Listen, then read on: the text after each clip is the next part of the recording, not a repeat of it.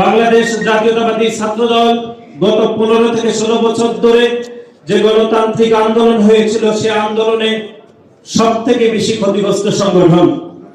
আপনারা দেখেছেন 2014 সালের যে একটি অবৈধ নির্বাচন হয়েছিল, সেই অবৈধ নির্বাচনকে প্রত্যাখ্যান করার জন্য এদেশের জনগণের পক্ষে আন্দোলন সংগ্রাম করতে গিয়ে বাংলাদেশ জাতীয়তাবাদী ছাত্রদলের হাজার হাজার নেতা কর্মী খুনি হাসিনার হাতে গুম এবং হত্যাকাণ্ডের শিকার হয়েছিল। এবং 2018 সালে যে একটি নিষিদ্ধ নির্বাচন হয়েছিল, সেই নিষিদ্ধ নির্বাচনকে প্রত্যাখ্যান করার জন্য বাংলাদেশ জাতীয়তাবাদী ছাত্রদলের